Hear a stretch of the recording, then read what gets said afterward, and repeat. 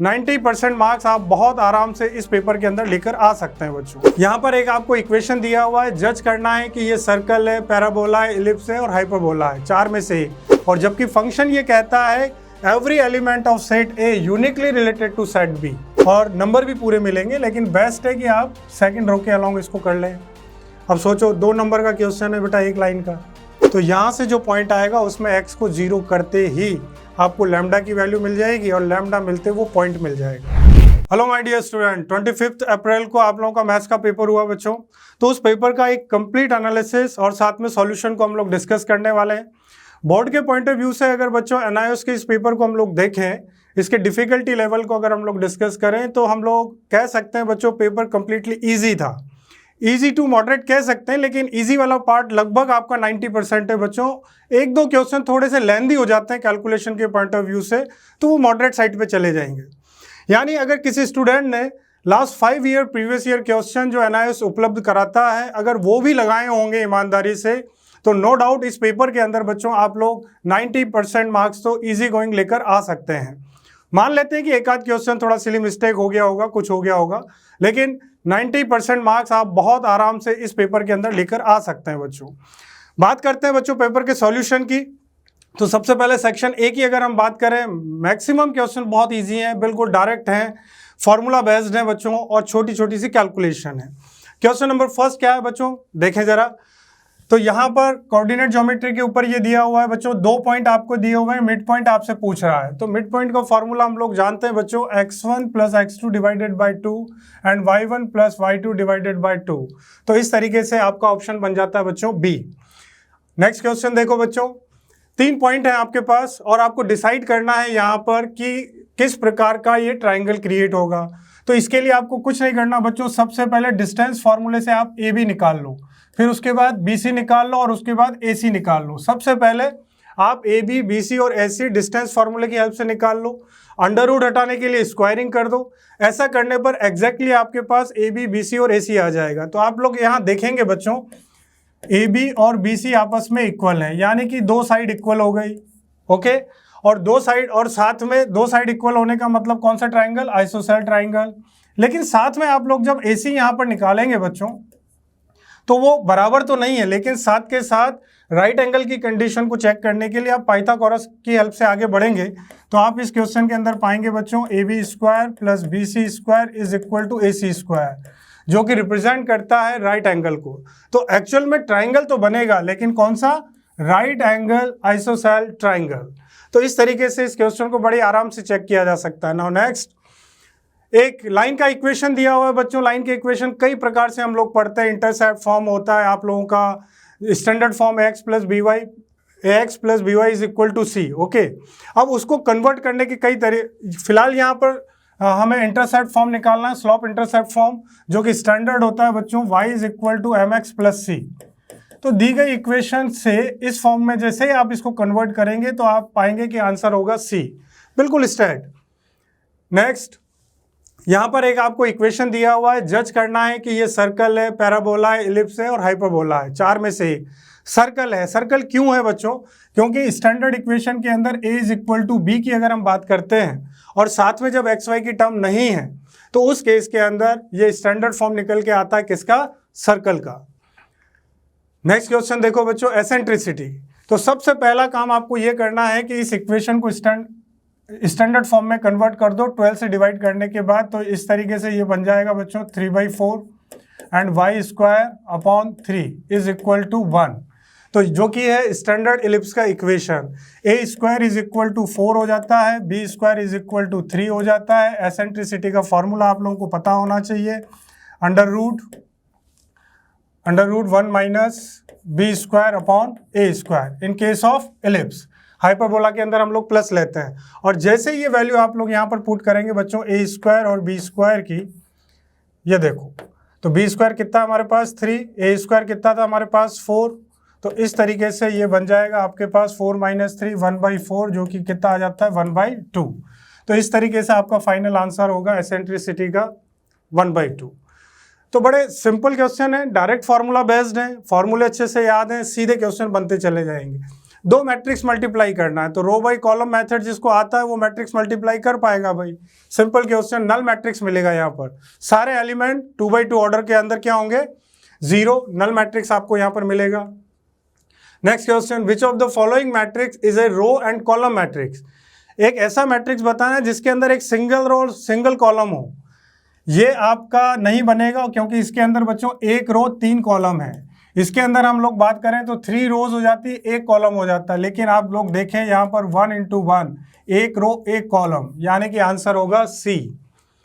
Next, determinant of ए की value निकालनी है। थोड़ा सा सावधानी से अगर देखें तो 1 के कॉरस्पॉन्डिंग एक्सपेंशन मेथड लगाते ही क्रॉस मल्टीप्लाई करोगे, cos square alpha plus sine square alpha create होगा बच्चों।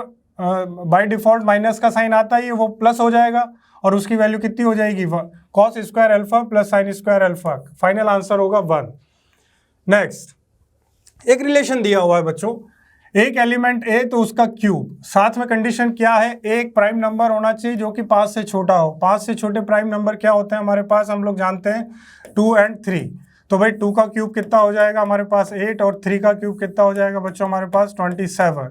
तो जो ऑर्डर पेयर आप लोगों का बनता है वो बनेगा ये कहलाएगी आपकी रेंज, यानी फाइनल आंसर होगा आपका सी। नेक्स्ट, एक सेट है और इसके अंदर आप लोगों को टोटल नंबर ऑफ 1 फंक्शन निकालना है बच्चों। तो ये भी टोटली फॉर्मूला बेस्ड होता है। जब number of A is equal to number of B होता है तो उस केस के अंदर बच्चों आप डायरेक्ट n फैक्टोरियल की हेल्प से इसको कैलकुलेट कर सकते हैं। तो फाइनल आंसर होगा इसका 2 into 1 is equal to 2c। तो जैसा कि आप लोग देख रहे हैं MCQ के अंदर और इवन आगे भी maximum question direct formula based है, कंडीशन बेस्ड। छोटे मोटे क्वेश्चन में कंडीशन दिखेगी, बाकी डायरेक्ट फार्मूला लग रहा है। जैसे इस जगह पर देखो बच्चों, आइडेंटिटी एलिमेंट निकालना है, बाइनरी ऑपरेशन का क्वेश्चन है। आइडेंटिटी एलिमेंट की कंडीशन होती है A star E is equal to A। तो यहाँ पर A स्टार B के साथ जब ये चीज हम लोग लिखेंगे तो ये बनेगा AE/5 is equal to A cancel, E की वैल्यू कितना आ गई बच्चों 5। Simple question. Next, basic differentiation जिसको आता है वो आराम से इसको कर पाएगा बच्चों। x to the power n का डिफरेंशिएशन लग रहा है n x to the power n-1। Simple, इससे ज़्यादा इजी क्वेश्चन नहीं हो सकते बच्चों। नेक्स्ट, डबल डिफरेंशिएशन करना है, वो सिंगल था, सेकंड ऑर्डर डेरिवेटिव, यानी इसका 2 बार डिफरेंशिएशन करना है। बेसिक है। जैसे अगर पहले बात करें इसकी dy/dx की, तो इसको आप लिख सकते हैं, पहले रूट का करेंगे 1/2 root x square plus 1 into x square का 2x, ये कैंसिल हो जाएगा बच्चों। और यहाँ पर फिर जब आप इस जगह पर आते हैं एक्स स्क्वायर प्लस 1 u/v लगाना, u/v लगाने पर आपको मिल जाएगा d2y/dx2। फाइनल आंसर होगा A। नेक्स्ट, 2 वेक्टर हैं और यूनिट वेक्टर कैलकुलेट करना है a प्लस बी की डायरेक्शन में। तो a प्लस बी की डायरेक्शन में यूनिट वेक्टर हो जाता है बच्चों आपका a plus B upon mod of a plus b. दोनों वेक्टर को ऐड करो, साथ में यह मैग्नीट्यूड का फॉर्मूला लगाओ अंडर रूट वाला, सीधा आंसर आपको मिलेगा B answer. Next, which of the following sentence is not a statement. जो सेंटेंस है बच्चों वो स्टेटमेंट नहीं है, आपको पहचानना है। तो पहले तो आपको पता होना चाहिए कि कोई भी सेंटेंस स्टेटमेंट बनता कैसे है।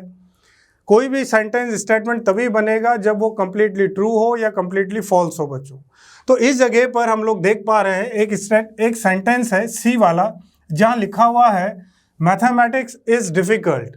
तो बच्चों ये एग्जैक्टली ना तो ट्रू है ना एग्जैक्टली फॉल्स है, क्योंकि कुछ स्टूडेंट्स के लिए ये ट्रू हो सकता है और कुछ स्टूडेंट्स के लिए फॉल्स हो सकता है। मैथ्स किसी को कठिन लगती है तो किसी को ईजी लगती है, तो आप यहाँ सर्टेनली डिसाइड नहीं कर सकते। इस वजह से ये सेंटेंस स्टेटमेंट नहीं है। तो फाइनल आंसर होगा आप लोगों का सी। क्वेश्चन नंबर 16 बच्चों, very simple. The condition of perpendicularity of 2 vectors a and b standard है, a dot b is equal to 0।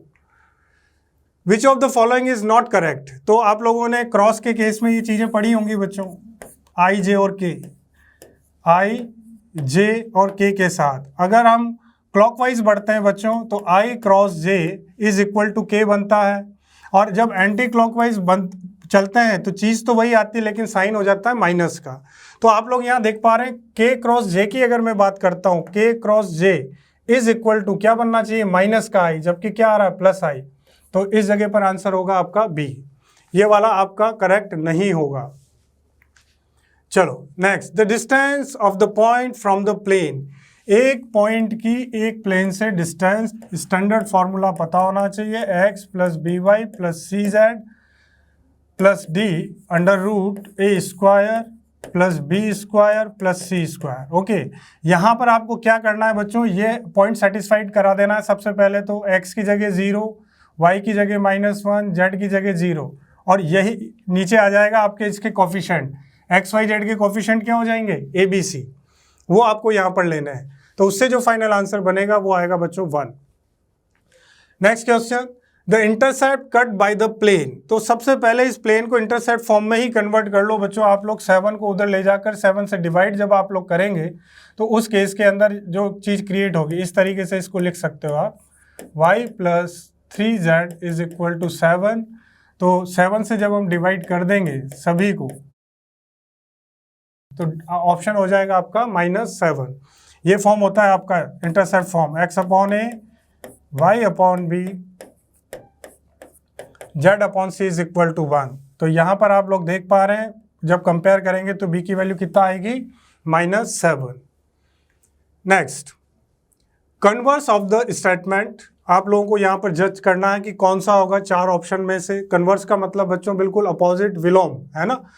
तो x is even number implies that x is divisible by 4, यानी यदि x कोई एक even number है तो 4 से divide होगा, तो इसका इन्वर्स कन्वर्स बना लो और वो बहुत क्लियरली नजर आता है।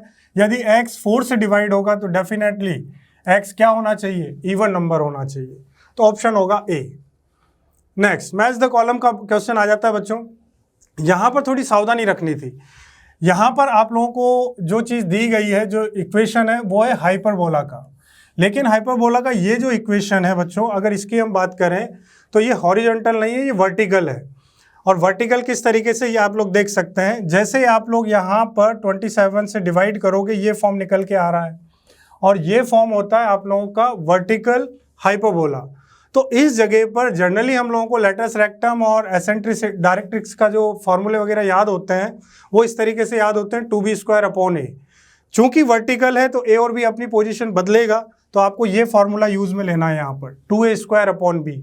ए और बी का कंपैरिजन आप लोग यहाँ से करते हैं। a² इज इक्वल टू कितना हो जाएगा, 27, और b² कितना हो जाएगा, 9। इस फॉर्मूले में पुट करने के बाद आंसर बनता है 18।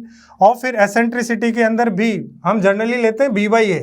चूंकि ये वर्टिकल है इस वजह से यहाँ पर a और b की पोजीशन बदलेगी, और e की वैल्यू निकालने के बाद डायरेक्ट्रिक्स का भी आपका इक्वेशन बदलता है बच्चों। जनरली हम लोग यहाँ पर a/e लेते हैं, लेकिन यहाँ क्या आएगा, प्लस माइनस b/e, b की वैल्यू पुट करना है। तो इस तरीके से आप मैच करा सकते हैं a का s के साथ और b का q के साथ। तो a का तो जाता है बच्चों s के साथ और b का जाएगा आपका q के साथ, ये वाला पार्ट आएगा। और जिन स्टूडेंट ने इसका दूसरा फॉर्मूला यूज में ले लिया होगा तो यहाँ गलती होने के चांसेस हैं, क्योंकि यहाँ सीधा सीधा हाइपरबोला आप लोगों को हॉरिजॉन्टल नहीं दिया, उसको चेंज करके दिया है वर्टिकल हाइपरबोला। चलो next, simple, the relation y less than x plus 3 is not a function. एक रिलेशन फंक्शन बनता कब है, पहले तो ये क्लियर हो बच्चों। तो फंक्शन की डेफिनेशन आप लोगों को पता होनी चाहिए, क्या होती है, every element of set A uniquely related to set B. Set A के सभी एलिमेंट जब सेट बी से यूनिकली रिलेट करेंगे तो उस कंडीशन में वो रिलेशन बनता है आपका फंक्शन। तो उसको चेक करने का प्रोसेस क्या है बच्चों, यहाँ पर अगर हम लोग कोई भी 2 ऑर्डर पेयर, इसकी बात अगर हम लोग करें, जैसे यहाँ पर एक ऑर्डर पेयर ले लो आप लोग 1,3 और एक ऑर्डर पेयर लो 1,2, तो आप लोग देखेंगे इन दोनों ऑर्डर्स पेयर के ऊपर ये इनइक्वलिटी सेटिस्फाइड हो रही है। x की जगह 1 पुट करो, y की जगह कितना आ रहा है 3, तो ये हो जाएगा 3 लेस देन 4। इसी तरीके से x की जगह 1 और y की जगह 2 पुट करते हैं तो ये हो जाता है 2 लेस देन 4। दोनों ही ऑर्डर पेयर के ऊपर ये इनइक्वलिटी ट्रू जा रही है, यानी 1 का रिलेशन 3 के साथ भी है और 2 के साथ भी है, और ये कंडीशन आपकी फंक्शन की नहीं है। क्वेश्चन जो अच्छे हैं उनको डिटेल में डिस्कस करेंगे। 1 जो है 3 से भी रिलेट कर रहा है, 2 से भी रिलेट कर रहा है, और जबकि फंक्शन ये कहता है every element of set A uniquely related to set B, तो ये यूनिकली रिलेट नहीं कर रहा है बच्चों, ये 3 से भी रिलेट कर रहा है और 2 से भी। इस वजह से ये फंक्शन नहीं है, और जो दिया गया स्टेटमेंट है ये बिल्कुल ट्रू है। फिर बात करें the relation does not represent a function, सभी रिलेशन फंक्शन नहीं हो सकते बच्चों, इसका एग्जाम्पल हमने यहाँ पर ही देखा है। ओके, अब इसी चीज को आप लोग देख सकते हैं, सॉल्यूशन भी यहाँ पर प्रोवाइडेड है। जस्ट अ मिनट, ये वाला या तो ये एग्जाम्पल बन जाएगा, और ये एग्जाम्पल नहीं देना चाहते तो इसके काउंटर में आप ये एग्जाम्पल दे सकते हैं यहाँ पर। ओके, चलो next, again formula based, property based, 1/a² plus x square, direct formula है बच्चों, 1/a tan इनवर्स x/a, ये आपकी प्रॉपर्टी है, e⁻x f(x) प्लस f'(x), पढ़िए ये चीज, जिसका फाइनल रिजल्ट होता है e⁻x f(x) प्लस c। ये फंक्शन है, ये डेरिवेटिव है, फाइनल आंसर होगा e⁻x 1/x। ये दोनों के आंसर आपके सामने हैं। नेक्स्ट, जो बड़े क्वेश्चन होंगे या डिटेल सॉल्यूशन होंगे बच्चों, मैं वहाँ थोड़ी देर रुकूंगा, और आप चाहें तो उनके सॉल्यूशंस का स्क्रीनशॉट ले सकते हैं। चलो नेक्स्ट क्वेश्चन सिंपल ही है वापस से बच्चों, find the vector equation of the plane passing through a point and perpendicular to the line with direction ratio. Vector equation, one point form of a plane, ये आप लोगों को पता होना चाहिए, r - a dot n is equal to 0। इसी को हम अगर सिंप्लीफाई करते हैं बच्चों तो ये बनेगा r dot n minus a dot n is equal to 0। पहले यहाँ देख लो इसको अच्छे से, तो r dot n is equal to a dot n। अब यहाँ क्लियर कर दूँ, यह है n normal vector, normal vector बनेगा बच्चों यहाँ से 2i प्लस 3j माइनस का k, और ये है आपका पॉइंट वेक्टर जो कि दे रखा है कितना, 5 5 - 4। ए वेक्टर यहाँ से बनाना, यहाँ पुट करना, सीधा आंसर। और इसी तरीके से अगर इसके सेकंड क्वेश्चन की बात करें, a dot b a b cos theta, a cross b a b sine theta, a b कटेगा, tan theta is equal to 1, theta की वैल्यू आ जाएगी π/4। तो ये सॉल्यूशन यहाँ पर उन्हीं स्टेप के साथ जो मैंने अभी डिस्कस किया था आपको दिया हुआ है। ये देखो, थीटा इज इक्वल टू π/4, और ये वेक्टर फॉर्म हो जाता है आपका r - a dot n, small n से भी रिप्रेजेंट कर सकते हो, कैपिटल N से भी। चलो next, fill in the blank, simple property based बच्चों, देखो ध्यान से, डिटर्मिनेंट ऑफ 2a, ऑर्डर पकड़ना होता है, determinant of k a is equal to k⁻n into determinant of a। तो यहाँ पर k 2 है और n हो जाएगा 3, 2 क्यूब कितना आ जाएगा 8। क्वेश्चन नंबर बी की अगर हम बात करें इसी जगह पर, तो बहुत सिंपल तरीका बन जाता है बच्चों, इन दोनों को इक्वेट कर लो, x की वैल्यू आ जाएगी, और इस वाले पार्ट और इस वाले पार्ट को इक्वेट करते हुए x की वैल्यू डालो, y मिल जाएगा। ये सिंपल सा प्रोसेस। एक स्क्वायर मैट्रिक्स, स्क्यू मैट्रिक्स कब होता है, स्टैंडर्ड है a' इक्वल टू -a। कोई भी मैट्रिक्स नॉन सिंगुलर कब होता है, जब determinant of a is not equal to 0। तो यही सब आंसर आपको सॉल्यूशन के अंदर भी यहाँ पर दिखेंगे, एक एक लाइन के सॉल्यूशन है बच्चों, देख सकते हो। Next, Ross theorem is applicable for the function log x on 1, 2। इस क्लोज इंटरवल के अंदर log x के लिए Ross theorem एप्लीकेबल है कि नहीं बच्चों। कंटिन्यूस डिफरेंशिएबल तो है, लेकिन Ross का एक कंडीशन और होता है, f of a is equal to f of b।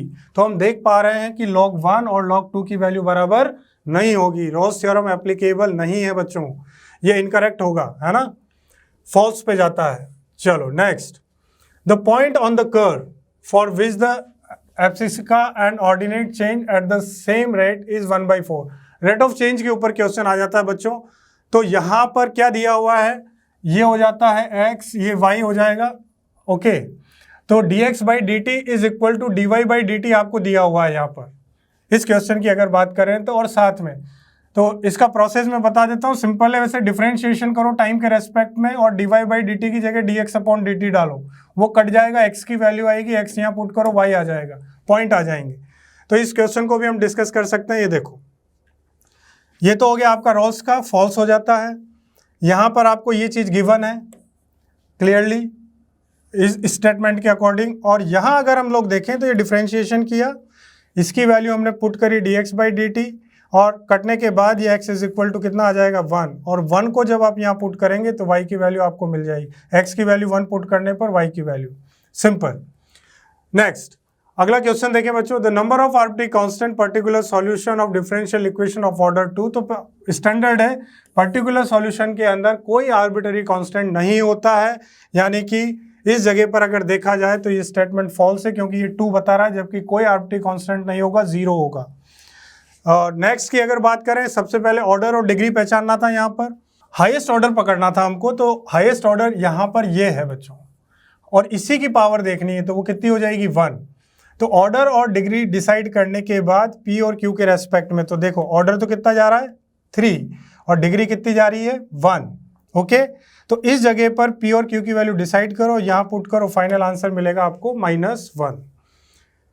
फिर से क्लियर कर दूं, हाईएस्ट ऑर्डर ये बनेगा आपका ऑर्डर ऑफ डिफरेंशियल इक्वेशन, इसी की पावर बनेगी डिग्री, पी और क्यू डिसाइड किया, और इस एक्सप्रेशन के अंदर जब हम पुट करेंगे तो आपको फाइनल आंसर मिलेगा और वो होगा -1, जबकि यहाँ दिया हुआ है 5, इस वजह से ये क्या होगा, false. Now next, solution of differential equation. तो बच्चों वेरिएबल सेपरेशन कर लो, इस y को इधर लेके आओ, 1 - y होगा, वेरिएबल सेपरेट करके सीधा आंसर। इसमें भी e to the power x, e to the power y लिखो, वेरिएबल सेपरेट हो रहा है। ओके, log x का इंटीग्रेशन करना है, बाई पार्ट से करोगे, और इसके अंदर भी आप लोगों को क्या लगाना है, बाई पार्ट। तो बिल्कुल सिंपल से फंक्शन और उनके ऊपर लगने वाले रूल्स हैं, ये आप इनका सॉल्यूशन देख सकते हैं। ये देखो 1 - y, वेरिएबल सेपरेट किया, इंटीग्रेट किया, सीधा आंसर, पहले वाले का आंसर। सेकेंड, ये ब्रेक किया, वेरिएबल सेपरेशन करने के बाद डायरेक्ट इंटीग्रेशन हो रहा है बच्चों, बिल्कुल simple. log x by part का फॉर्मूला जानते हो, u डॉट वी, इंटीग्रेशन के अंदर 1 को सेकंड फंक्शन कंसीडर करते हुए u डॉट वी लगाना है। यहां देखो इसमें भी बाई पार्ट ही लग रहा है बच्चों, और बाई पार्ट की हेल्प से बड़े आराम से आप आंसर देख सकते हैं। तो बहुत स्ट्रेट फॉरवर्ड क्वेश्चन है, कहीं घुमाया नहीं है क्वेश्चंस के अंदर। सिंपल सा वो हाइपरबोला वाला क्वेश्चन जरूर देखा था, जहाँ उसने थोड़ा सा उसको वर्टिकल दे दिया है। बाकी इस क्वेश्चन को देखें, by giving a counter example show that the following statement is not true. तो देखें बच्चों यहाँ पर क्या कहना चाह रहा है, if all the angle of triangle are equal. तो भैया जब सारे एंगल इक्वल होंगे ट्राइंगल के अंदर, तो वो कौन सा ट्राइंगल बनेगा, इक्विलैटरल ट्राइंगल बनेगा, और जो एंगल होगा वो भी कितना होगा, 60 डिग्री। तो उस केस के अंदर ये ऑब्ट्यूज एंगल ट्राइंगल तो बिल्कुल नहीं बनेगा। ओके, तो जैसा कि आप लोग देख पा रहे हैं फॉल्स होगा बच्चों, ये ट्रू नहीं है, क्योंकि एक्चुअल में तो ये बन रहा है आप लोगों का इक्विलैटरल ट्राइंगल। ओके, फिर सेकंड वाले को देखो, बहुत simple, if x and y are odd number then xy is an odd number. बिल्कुल करेक्ट है बच्चों, दो ऑड नंबर को मल्टीप्लाई करने पर ऑड नंबर ही बनता है, यानी कि ये ट्रू जाएगा। थर्ड वाले की अगर बात करें, क्या लिखा है बच्चों, सी वाला part, if p and q are two statement then write the contrapositive of implication, if p then q, p और q का write the contrapositive of the implication. Implication का कॉन्ट्रापॉजिटिव लिखने का मतलब होता है बच्चों रिवर्स करते हुए नेगेटिव के साथ इसको लिखना होता है। तो ये किस तरीके से बनेगा, देखो सी वाला part, if not q then p then not p, यानी p और q को इंटरचेंज भी करना है और साथ में नॉट भी लगाना है। p और q को इंटरचेंज करते हुए नॉट लगाना है, यानी if not q then not p। और इसी तरीके से ये भी बड़ा सिंपल है बच्चों, negative of the following statement. तो इसका negative, sum of 7 and 8 is 9, तो क्या बनेगा, sum of 7 and 8 is not 9। Simple सा आपका जो है रीजनिंग के ऊपर, मैथमेटिकल रीजनिंग वाला जो पार्ट है उससे लिए हुए क्वेश्चन है। नेक्स्ट, वेक्टर के ऊपर बहुत सिंपल सारे क्वेश्चन। डॉट प्रोडक्ट निकालना सब लोगों को आता है बच्चों। यहाँ पर ए डॉट बी, 3 वेक्टर दिए हुए हैं, ए बी और सी। ए डॉट बी निकालना आई आई जे जे के 1 होता है, जानते हो। बी क्रॉस सी कहाँ से निकालना है, बाय डिटर्मिनेंट। फिर उसके बाद वो कहता है determine the unit vector parallel to sum of the vector, वही क्वेश्चन, यानी कि A plus B upon mod of A plus B से इस क्वेश्चन को कंप्लीट करोगे। फिर उसके बाद ये बच्चों ए डॉट बी क्रॉस सी, ये आ गया scalar triple product, box product, STP. वहां से क्वेश्चन को कर सकते हो आप लोग, ये बॉक्स प्रोडक्ट। और बॉक्स प्रोडक्ट कैसे निकालते हैं, थ्रू आउट डिटर्मिनेंट से निकाल लो, या फिर दूसरा तरीका निकलता है, पहले बी क्रॉस से निकालो, उसका डॉट प्रोडक्ट लो ए के साथ। 2 मेथड है यहाँ पर। डायरेक्ट ये जो बॉक्स प्रोडक्ट है इसमें क्या करते हैं बच्चों, डिटर्मिनेंट के साथ ये सारे कोफिशिएंट ले लो और सीधा इसको सॉल्व कर दो। और फिर ये कहता है, अगला क्वेश्चन भी इसी से रिलेट कर रहा है बच्चों, वॉल्यूम ऑफ पैरेललोपाइड अपने आप में जब हम वेक्टर से रिप्रेजेंट करते हैं तो ये स्केलर ट्रिपल प्रोडक्ट को ही बताता है, यानी यहाँ पर भी आपको एसटीपी ही निकालना है। इन्हीं तीनों वेक्टर के साथ, वही वॉल्यूम ऑफ पैरेललोपाइप्ड होगा। और check if ABC are coplanar, ये भी इसी से रिलेट कर रहा है बच्चों, वेक्टर कॉमन है क्योंकि। तो यहाँ पर आप लोग कोप्लेनर की कंडीशन क्या होती है, बॉक्स प्रोडक्ट अगर 0 आ गया तो ABC कोप्लेनर होंगे, जबकि यहाँ पर जब आप ऐसा करेंगे तो 0 नहीं आ रहा है बच्चों, ये तीनों वेक्टर कोप्लेनर नहीं होंगे। सॉल्यूशन आप लोग देख सकते हैं। सबसे पहले ए की बात करें, वही dot product B cross C by determinant. Solution के ऊपर नज़र डालते जाओ, कहीं अगर आपने गलती की है तो वो पकड़ पाओगे। फिर वही फॉर्मूला बच्चों A plus B upon mod of A plus b. D की अगर बात करें, यहाँ पर दो मेथड मैंने कहा था, एक तो डायरेक्ट डिटर्मिनेंट से निकाल लो या स्टेप बाई स्टेप कर लो। ये B क्रॉस C है, वेक्टर A के साथ डॉट प्रोडक्ट बता दिया। इसी तरीके से STP डायरेक्ट निकाल लो, ये कंडीशन मैंने डिस्कस की। इस तरीके से आप लोग इसको बता सकते हैं। अब आते हैं बच्चों सेक्शन B के ऊपर, जहाँ थोड़ा सा शुरू के कुछ क्वेश्चन आप लोगों को प्रॉपर पेन चलाना चाहिए। सॉल्व द मैट्रिक इक्वेशन, और वो भी 2/2 ऑर्डर पे है बच्चों। तो क्या प्रोसेस होता है पहले उसको सुन लो। इसको A मानो, मैट्रिक्स मेथड की हेल्प से इसको सॉल्व करना। X is equal to B, okay. यहाँ से X इज इक्वल टू आप A इनवर्स B लिख सकते हैं। A इनवर्स का मतलब हो जाता है adjoint of A upon determinant of A into B, यानी फाइनल आंसर इस जगह से बनेगा। इस दिए गए मैट्रिक्स का adjoint interchange, only sine change, direct value of determinant direct, B को मल्टीप्लाई करो, XY की वैल्यू आ जाएगी। यही सॉल्यूशन आपको यहाँ पर बता रखा है। देखो बच्चों, ये रहा X is equal to A inverse B, A inverse adjoint of A upon determinant of A into B के साथ जब सॉल्व करेंगे तो X और Y की वैल्यू, आंसर वेरीफाई कर सकते हो 3 और 1। Next question, evolute, simple value of determinant निकालना है बच्चों। तो थोड़ा सा यहाँ पर दिमाग लगा सकते हो कि इजी गोइंग कहाँ से मिलेगा। तो आप क्या करो, सेकंड रो के अलोंग इसका एक्सपेंशन लगा देना, सीधा आंसर मिल जाएगा, है ना। ये एक्सपेंडिंग अलोंग R2, क्योंकि मैथ्स के अंदर स्पीड भी होने को तो कैसे भी निकालो, लेकिन आंसर हर केस में मिलेगा और नंबर भी पूरे मिलेंगे। लेकिन बेस्ट है कि आप सेकंड रो के अलोंग इसको कर लें। अब सोचो 2 नंबर का क्वेश्चन है बेटा, 1 लाइन का। चलो, प्रूव दैट द रिलेशन, एक रिलेशन है बच्चों, इज ए फैक्टर ऑफ।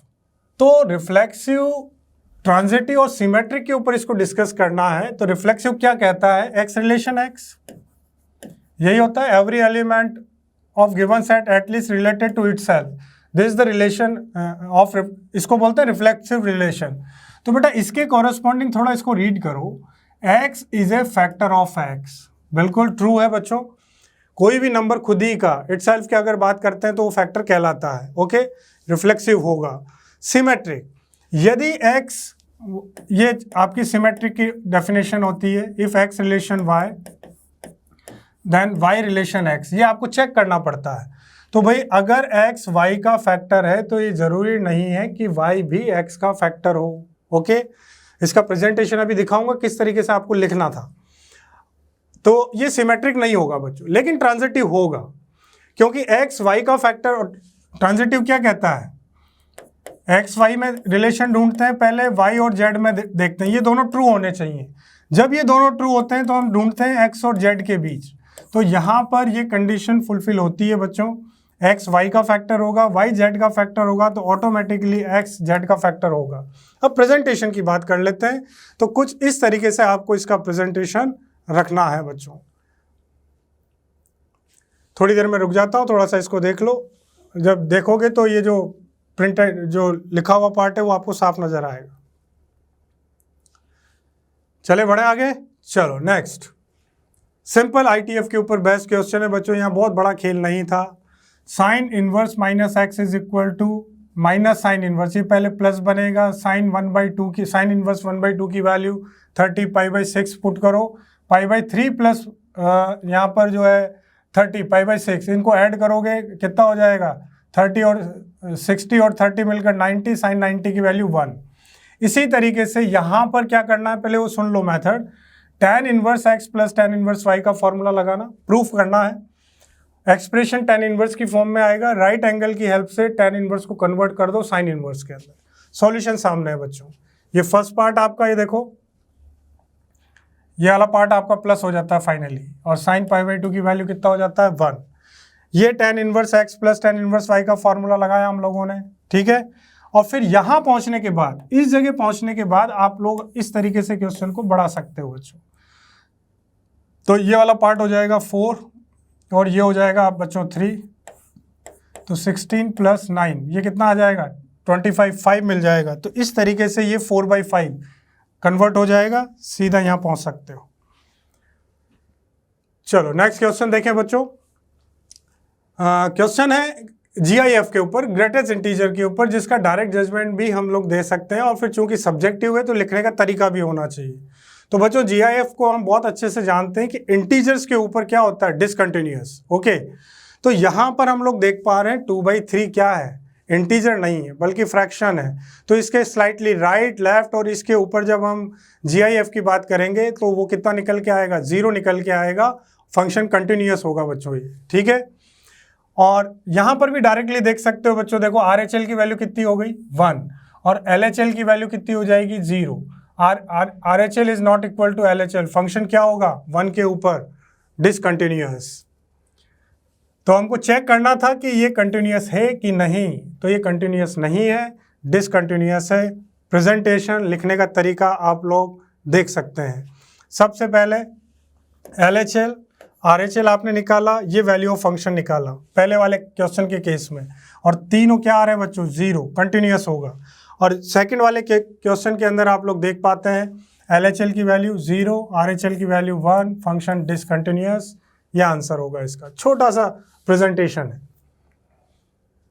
चलो next 2 question, again totally based on basic differentiation, based on chain rule. पहले रूट का करो, सबसे पहले डायरेक्ट भी कर सकते हो और इसी क्वेश्चन को आप ऐसे भी ले सकते हो, sin x की होल पावर 3/2 बनेगा बच्चों ये। तो पहले 3/2 आगे आएगा, फिर sin x का, और इसी तरीके से पहले इसको क्लियर कर दूं, ये लिखा है x to the power 20 to the whole power 5। तो पहले पावर का डिफरेंशिएशन करना है, दोनों को डिफरेंशिएट करना था। या इनका सॉल्यूशन आप लोग देख सकते हैं, बड़ा सिंपल से एक एक लाइन के आंसर है। ये वाला पार्ट हो गया। चलो next, show that the point with position vector, यानी 3 पोजीशन वेक्टर दिए हुए हैं बच्चों, फर्स्ट, सेकेंड और ये वाला थर्ड, 3a के साथ।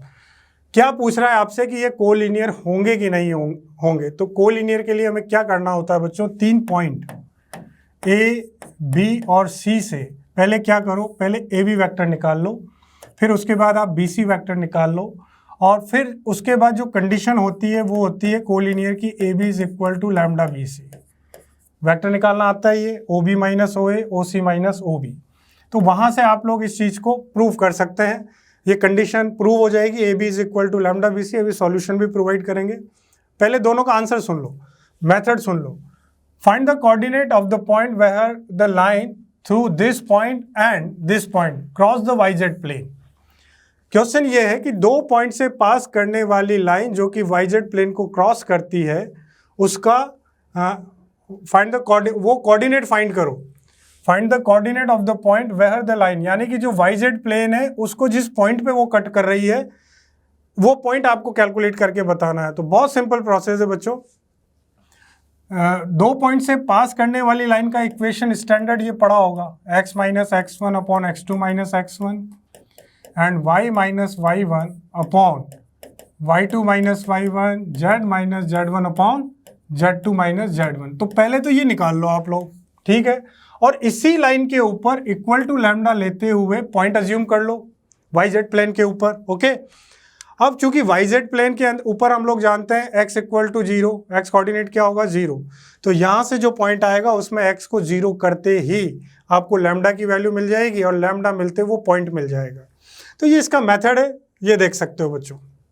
सबसे पहले वही जो मैंने कहा था कंडीशन, है ना, यहाँ जो फुलफिल हो रहा है वो हो रहा है BC is equal to twice AC के साथ, कोलिनियर की कंडीशन। और इसी का सेकंड पार्ट देख लो बहुत अच्छे से, जैसा मैंने बोला वही सॉल्यूशन। ये 2 पॉइंट, स्टैंडर्ड इक्वेशन, यहाँ पहुँचे, K मान लो चाहे लैम्डा मान लो, एक पॉइंट अज्यूम कर लिया YZ प्लेन के ऊपर, और YZ प्लेन के ऊपर x इक्वल टू क्या होता है 0। जैसे x को 0 किया K की वैल्यू आई, और ये K की वैल्यू हम लोग जैसे पुट करेंगे जो पॉइंट हमने अज्यूम किए थे, यहाँ पर आपको एग्जैक्टली YZ प्लेन के ऊपर वो पॉइंट मिल जाएगा जहाँ से लाइन क्रॉस कर रही है। Final answer is this. देख सकते हो बच्चों। चलो आगे बढ़ते हैं। Reduce the equation of the plane to the normal form. तो नॉर्मल फॉर्म के अंदर इसको कन्वर्ट करने का प्रोसेस सिंपल सा है बच्चों। अगर स्टैंडर्ड से मैं इसको कंपेयर करूं, X plus B Y plus C Z plus D is equal to 0, तो आपको under root A square plus B square plus C square से हर टर्म को डिवाइड कर देना है। जैसे डिवाइड होगा ये कन्वर्ट हो जाएगा नॉर्मल फॉर्म के अंदर। सॉल्यूशन आप देख सकते हैं, वही काम किया गया है। देखो सभी टर्म्स को अंडर रूट 29 से डिवाइड कर दिया, सीधा आंसर। चलो next, sketch the feasible region and shade. Linear programming problem से रिलेटेड क्वेश्चन है बच्चों। बहुत सिंपल प्रोसेस पता होना चाहिए आप लोगों को। अच्छा क्वेश्चन है। सबसे पहले दी गई इनइक्वलिटी के कॉरस्पॉन्डिंग ग्राफ पेपर के ऊपर लाइंस को ड्रॉ किया जाता है। उसके बाद आप फिजिबल रीजन डिसाइड करने से पहले इनका डायरेक्शन डिसाइड करते हैं। लेस देन होने की वजह से सबका डायरेक्शन ओरिजिन की तरफ आएगा। फिजिबल रीजन डिसाइड होगा जैसा कि आप लोग देख सकते हैं इस ग्राफ में। पहले ये तीनों लाइन ड्रॉ करी, फर्स्ट सेकेंड एंड थर्ड, ये तीनों लाइन ड्रॉ करी। इनके डायरेक्शंस आप देख रहे हैं ओरिजिन की तरफ आ रहे हैं। ये आपका फिजिबल रीजन है बच्चों। और फिजिबल रीजन में कॉर्नर पॉइंट्स को पकड़ा जाता है, ये कॉर्नर पॉइंट्स, और इन कॉर्नर पॉइंट्स के ऊपर जेड की वैल्यू डायरेक्ट डिस्कस की जाती है। तो हम देख पा रहे हैं यहाँ सबसे ज़्यादा क्या निकल के आ रहा है, 160। Okay, so this is your final answer at a point 0,40। Now next, find the equation of the ellipse whose focus. ये एक अच्छा क्वेश्चन, मतलब कंसेप्ट वाइज है बच्चों। कंसेप्ट वाइज है, थ्योरी पता है तो आराम से कर पाओगे, और थोड़ी कैलकुलेशन है। तो एक फोकस दिया हुआ है आपको, एसेंट्रिसिटी गिवन है और डायरेक्ट्रिक्स की लाइन दी हुई है। तो इस क्वेश्चन को थोड़ा सा समझते हैं बच्चों। देखो जरा यहाँ से सबसे पहले इलिप्स का यहाँ पर इक्वेशन हमें निकालना है। तो उस इलिप्स के ऊपर एक पॉइंट हमने अज्यूम किया एक्स वाई, यहाँ पर एफ फोकस है और ये डायरेक्ट्रिक्स है, ठीक है। तो जो कंडीशन होती है इलिप्स की वो ये होती है, P F is equal to E P M. अब ये पी एफ आपको निकालना है डिस्टेंस फार्मूले से। कहाँ से निकालना है? डिस्टेंस फार्मूले से। और इसका मतलब क्या हो गया बच्चों, इस पॉइंट की इस लाइन से परपेंडिकुलर डिस्टेंस। तो परपेंडिकुलर डिस्टेंस निकालने का तरीका जानते ही बच्चों, एक्स वाई सेटिस्फाई कराएंगे, under root A square plus B square 1 square plus 1 square. और जब ये दोनों चीज़ निकल जाए तो इस कंडीशन में अंडर रूट आने की वजह से स्क्वायर कर दिया हमने पहले ही, और यहाँ पर ये वैल्यू, तो यहाँ पर ये वाला पार्ट तो थोड़ा सा उल्टा लिखा हुआ है बच्चों, ये पी एफ को बता रहा है और ये वाला हिस्सा पी एम को बता रहा है। और क्रॉस मल्टीप्लाई होने के बाद यहाँ 8 क्रिएट होगा जब आप ई की वैल्यू पुट कर देंगे, और एक बेसिक कैलकुलेशन के साथ ये फाइनल आंसर बनेगा। इसका तसल्ली से इसको देख सकते हो, स्क्रीनशॉट ले सकते हो, अपने किए गए काम को चेक कर सकते हो। चलो भाई next, question number 40, find the equation of A line which passing through a point 3,1। तो एक पॉइंट तो आपके पास है ही भाई जहाँ से लाइन पास कर रही है, और दूसरा पॉइंट क्या, कहाँ से और कैसे निकलेगा इसको समझना है। And bisect the portion of the line of this intercept between the coordinate axis. तो ये इसका ग्राफ बनेगा बच्चों, अगर थोड़ा समझे। ये वाली जो लाइन है, ये लाइन है आपकी ए बी, ठीक है। अब वो ये कह रहा है कि ये जो 3,1 से लाइन पास करेगी वो इसके मिड पॉइंट से जाएगी। कहाँ से जाएगी? मिड पॉइंट से। ये लिखा बाइसेक्ट, बाइसेक्ट यानी कि मिड पॉइंट से पास करनी चाहिए। तो सबसे पहले आप मिड पॉइंट निकाल लो यहाँ पर, जो कि हो जाता है 2, और ये हो जाएगा आपका 3/2। तो एक पॉइंट तो ये हो गया, एक पॉइंट आपको दे रखा बच्चों 3,1, और 2 पॉइंट से पास करने वाली लाइन का इक्वेशन आप लोगों को पता होना चाहिए, y minus y1 y2 minus y1 upon x2 minus x1 x minus x1। और ये 2 पॉइंट रहे आपके। सिंपल कैलकुलेशन के साथ final answer x plus 2y is equal to 5। चलो next, simple tan inverse x plus tan inverse y का formula लगाते हुए आप x को सॉल्व कर सकते हैं। इस क्वेश्चन की जो छोटी सी खास बात है वो ये है, ये देखो, ये फॉर्मूला लगाया और tan इनवर्स पाई बाई, इधर जाके पाई बाई 4 1 बना, कैलकुलेशन करी, बेटा x की 2 वैल्यू आ रही है। लेकिन इस पैटर्न के सभी क्वेश्चंस के अंदर x की वैल्यू को चेक करना पड़ता है कि ये दोनों ट्रू हैं या इनमें से कोई एक। तो एक्चुअली जब आप x इज इक्वल टू -1 दी गई इक्वेशन में यहाँ पुट करेंगे तो ये इसको सेटिस्फाई नहीं करता है, तो -1 को रिजेक्ट करना था। So final answer is x is equal to 1/6। Next question बच्चों, ये है आपका डिफरेंशियल इक्वेशन पर, और ये बिल्कुल बेसिक इंटीग्रेशन के ऊपर। इस इक्वेशन को जब आप dy by d x equal to as a function लिखेंगे तो ये होमोजीनियस पे जा रहा है। किसके ऊपर? और होमोजीनियस का मेथड बड़ा कॉमन है, सभी स्टूडेंट इसको अच्छे से प्रिपेयर करके जाते हैं। ये देखो, ये dy by d x, okay. इसको इस फॉर्म में लिखने के बाद y बाई एक्स को v मानते हुए या direct y equal to v x भी पुट किया जा सकता था, और ये पूरा इसको सेपरेट करके यहाँ पर आंसर निकाला हुआ है बच्चों। मेथड पता होना चाहिए, क्वेश्चन में कोई खास दम नहीं है। स्क्रीनशॉट ले सकते हो, होमोजीनियस के ऊपर बेस्ड है, सब्स्टिट्यूशन मेथड के साथ। इंटीग्रेशन भी बहुत ईजी है बच्चों, देखो 1/v+1 का स्क्वायर, 1/x² का इंटीग्रेशन स्टैंडर्ड -1 बाई एक्स होता है वहाँ से, और v की वैल्यू डाली हुई है y बाई एक्स। ये लास्ट में इंटीग्रेशन में क्या करना था, सबसे पहले आप यहाँ से क्या करो, -2 कॉमन निकाल लो, और उसके बाद इसको परफेक्ट स्क्वायर में बनाओ, स्टैंडर्ड फार्मूला क्रिएट होगा। ये देख पा रहे हो, ये -2 कॉमन, परफेक्ट स्क्वायर बनाने के लिए एक छोटी सी कैलकुलेशन, यहाँ आकर इस जगह पर ये परफेक्ट स्क्वायर बना, है ना। और परफेक्ट स्क्वायर बनने के बाद जब इसका कंपैरिजन हम करते हैं तो √a² - x² बनता है, जो कि एक स्टैंडर्ड फार्मूला है, जो कि होता है बच्चों आप लोगों का x/2 √a² - x² plus a²/2 sine inverse x/a। Screenshot ले सकते हो आंसर निकाल चेक करने के लिए। चलो नेक्स्ट, ये जाता है बच्चों आपका मैक्सिमा और मिनिमा पर, एप्लीकेशन ऑफ डेरिवेटिव का जो पार्ट है। तो एक बहुत ही नॉर्मल सा क्वेश्चन है, एक कंटेनर जिसका शेप है बच्चों राइट सर्कुलर सिलेंडर, आप लोगों का ये शेप है। क्या कुछ चीज़ें मेंशन कर सकते हो, ये h हो जाएगा बच्चों, ये r हो जाएगा आप लोगों का, ठीक है। टोटल सरफेस एरिया आपको दिया हुआ है बच्चों यहाँ पर, ठीक है। टोटल सरफेस एरिया बहुत अच्छे से जानते हो, 2πr/h + 2πr², ये आपको दिया हुआ है 24, और आपसे कहता है कि इस कंटेनर का वॉल्यूम लार्ज एज पॉसिबल, यानी कि मैक्सिमम कीजिए, और साथ में इसके डायमेंशन बताएं, यानी कि h और r की वैल्यू बताएं। तो प्रोसेस पता होना चाहिए, फिर भी थोड़ा आइडिया देता हूं, देखो जरा। सबसे पहले ये सरफेस एरिया आपको दिया हुआ, फार्मूला लगाया यहाँ पर, और इस तरीके से पाई ये आपका कैंसिल हो जाता है, ये 2 से ये कैंसिल होने के बाद ये इक्वेशन मिलती है बच्चों आपको, और इसमें से भी हमने r कॉमन लेकर ये एक फाइनल इक्वेशन बना ली, ठीक है। वॉल्यूम को मैक्सिमम करना था, मेन फंक्शन आपका यहाँ से क्रिएट होगा, डबल वेरिएबल है r और h, सिंगल वेरिएबल में कन्वर्ट करने के लिए h की वैल्यू आप यहाँ से पुट कर दो, इसी इक्वेशन से, इस इक्वेशन से, या यहाँ से पुट कर सकते हो आप लोग 12 - r² डिवाइडेड बाई r। यहाँ आने के बाद इसको सिंप्लीफाई किया, सिंपलेस्ट फॉर्म में जब फंक्शन आ जाता है तो ये डिफरेंशिएशन किया, फॉर मैक्सिमम मिनिमा 0 किया जाता है बच्चों। आगे देखो, ये 0 किया, यहाँ से r की वैल्यू आई, और r की वैल्यू इक्वेशन नंबर फर्स्ट में डालते ही h आ जाएगा, जो कि यहाँ बता रखा है।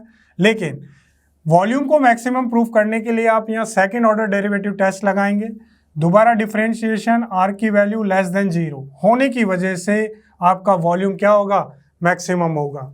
तो वॉल्यूम को मैक्सिमम करने के लिए ये पार्ट, और ये हो गए आपके डायमेंशन, ये इसका एक प्रोसेस है।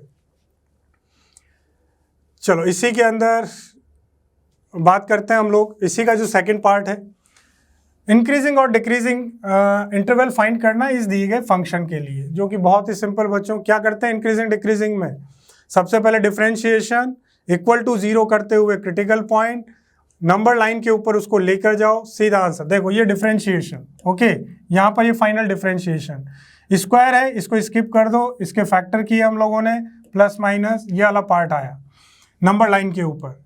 ये लिखने की जरूरत नहीं है, नंबर लाइन से भी इसका रिप्रेजेंटेशन दे सकते हो। चूंकि x² आप देख रहे हैं बच्चों या नेगेटिव में, तो इसका साइन चलाओ माइनस, प्लस और माइनस, तो ये वाला इंटरवल तो होगा इंक्रीजिंग, और ये वाला इंटरवल होगा आपका डिक्रीजिंग, -∞ to -1 यूनियन 1 to ∞। ये फाइनल आंसर होगा किसके लिए, डिक्रीजिंग के लिए, और इंक्रीजिंग के लिए होगा -1 to 1। अगेन ये क्वेश्चन भी अच्छा है बच्चों, जनरली स्क्वायर मैट्रिक्स देखने को मिलता है, लेकिन यहाँ थोड़ा रेक्टेंगुलर मैट्रिक्स के साथ इसको दिया है। सीधा सीधा क्वेश्चन पढ़ो तो आसानी से चीज जज कर पाओगे। देखो, फाइंड द इनवर्स मैट्रिक्स, इसको अगर मैं B मान लूँ तो B इनवर्स निकालना तो बहुत आसान है बच्चों। B इनवर्स का फॉर्मूला क्या होगा, adjoint of B upon determinant of B। Interchange only sine change, और डिटर्मिनेंट ऑफ बी की वैल्यू आ जाएगी। तो इस दिए गए मैट्रिक्स से सबसे पहले आपको निकालना था B inverse, like adjoint of B upon determinant of B से आ गया बी इनवर्स। लेकिन साथ में कुछ कहा है बच्चों, हैंस, यानी कि बी इनवर्स को यूज में लेते हुए फाइंड द मैट्रिक्स ए, ये मैट्रिक्स आप फाइंड करेंगे। ठीक है, तो थोड़ा सा देखें, ये मैट्रिक्स ए यही समझो, फिर पूरा सॉल्यूशन दिखाएंगे। इसको क्या माना हमने बी, और इसको अगर मैं सी नाम दे दूं और मुझे अगर कैलकुलेट करना है ए, तो ये बी बच्चों बाय डेफिनेशन जब हम बात करते हैं तो बी इधर आके क्या हो जाएगा, बी इनवर्स। क्या हो जाएगा, बी इनवर्स। बी इनवर्स आप ऑलरेडी निकाल चुके हो, सी आपके पास ऑलरेडी है, और ऑर्डर के हिसाब से भी अगर देखें तो ये मल्टीप्लिकेशन डिफाइंड होगा। इन दोनों को मल्टीप्लाई करते ही आपको कौन सा मैट्रिक्स मिल जाएगा, ए। ये सॉल्यूशन देख सकते हो। देखो सबसे पहले क्या निकाला, बी इनवर्स। ठीक है, और बी इनवर्स निकालने के बाद ये आप जब लेके जाते हैं तो ये बी इनवर्स इधर आ गया बच्चों, देख पा रहे हो। और इन दोनों को जैसे मल्टीप्लाई करेंगे फाइनली बी इनवर्स के रिजल्ट्स को, ये रहा बी इनवर्स आपका, मल्टीप्लाई करते ही आपको किस ऑर्डर में मैट्रिक्स मिलेगा ये डिसाइड करना आना चाहिए। एक्चुअली देखो इसका ऑर्डर कितना है बच्चों, यहाँ पर 3/2, और जो मैट्रिक्स बी है उसका ऑर्डर कितना है यहाँ पर 2/2, तो डिफाइन तो हो रहा है। देखो 3/2 ऑर्डर का मैट्रिक्स मिल रहा है आपको फाइनली। ओके, थोड़ी देर रुकते हैं, इसको देख सकते हो, समझो। बी इनवर्स निकाला, बी इनवर्स निकालने के बाद इसी जगह पर बी इनवर्स का यूज करते हुए एक 3/2 ऑर्डर का मैट्रिक्स, सिर्फ कैलकुलेशन है मल्टीप्लिकेशन के साथ। फिर इसके बाद अगला जो क्वेश्चन है बच्चों वो ये है कि आपको यहाँ पर 3 पॉइंट दे रखे हैं, फर्स्ट, सेकंड एंड थर्ड, और आपसे पूछ रहा है कि ये कोलिनियर है कि नहीं। तो डिटर्मिनेंट के हिसाब से कोलिनियर की अगर बात करें तो area of triangle will be 0, यानी डिटर्मिनेंट की वैल्यू 0 है ना। तो ये x1 y1, x2 y2, x3 y3, 1 1, area of triangle standard form में याद होगा, 2 उधर जाकर हट जाता है, और सीधा सीधा इसमें एलिमेंट्री ट्रांसफॉर्मेशन के साथ आप क्वेश्चन को बड़ी आसानी से कर सकते थे। इन दोनों को जोड़ो, C1 बदल जाएगा, और इसको जब हमने कॉमन निकाला बाहर तो यह 1 1 और 1। एंड प्रॉपर्टी ऑफ डिटर्मिनेंट क्या कहता है बच्चों कि जब कोई भी 2 रो और कॉलम के अंदर वैल्यू सेम है, एलिमेंट आइडेंटिकल है, तो वैल्यू ऑफ डिटर्मिनेंट क्या होता है, 0। तो चूंकि 0 आ रहा है इस वजह से ये तीनों पॉइंट्स आपके क्या हैं, कोलिनियर है। चलो नेक्स्ट क्वेश्चन देखें बच्चों। रेट ऑफ चेंज के ऊपर बेस्ड है, एग्जैक्टली जो CBSE NCERT बुक है उसका क्वेश्चन है, ये सेम क्वेश्चन है। तो इस जगह पर क्या आपको दिया हुआ है, पहले ये पकड़ लो बच्चों, थोड़ा सा डायरेक्ट इसी जगह दिखाता हूँ मैं। देखो x में चेंज दिया हुआ है, और इसी तरीके से जो विड्थ है y में चेंज दिया हुआ है। बस ध्यान ये रखो कि x में जो चेंज है वो डिक्रीजिंग है, y में जो चेंज है वो इंक्रीजिंग है। तो यहाँ पर dx/dt को अगर आप लोग देखें तो माइनस के साथ, रीजन डिक्रीजिंग, dy/dt आपको दे रखा है पॉजिटिव, इंक्रीजिंग, और साथ में x और y गिवन है, और आपसे पूछा है पेरीमीटर फर्स्ट, पेरीमीटर के अंदर और एरिया ऑफ रेक्टेंगल के अंदर क्या चेंज होगा, यानी dp/dt निकालना है बच्चों। तो पेरीमीटर पता है आप लोगों को क्या होता है, 2x + y, और इसी तरीके से एरिया की अगर बात करें तो वो क्या होता है, xy। तो डिफरेंशिएशन करना है दोनों जगह पर, और दी गई वैल्यूज को पुट कर देना है, सीधा आंसर। मतलब कोई इसके अंदर कोई चीज़ घुमा नहीं रखी है, बहुत स्ट्रेट फॉरवर्ड क्वेश्चन ही, क्योंकि perimeter, area of triangle, area of rectangle सब जानते हैं। चलो बच्चों नेक्स्ट अगर इस क्वेश्चन की बात करें, यस लैग्रांज के ऊपर है। Right the mathematical formulation of Lagrange mean value theorem. Statement पता होना चाहिए, क्या स्टेटमेंट होता है, दिया गया फंक्शन क्लोज इंटरवल के अंदर कंटिन्यूअस, ओपन इंटरवल में डिफरेंशिएबल, साथ में f of a is not equal to f of b, और साथ में ओपन इंटरवल के अंदर, ये देखो ये स्टेटमेंट रहा।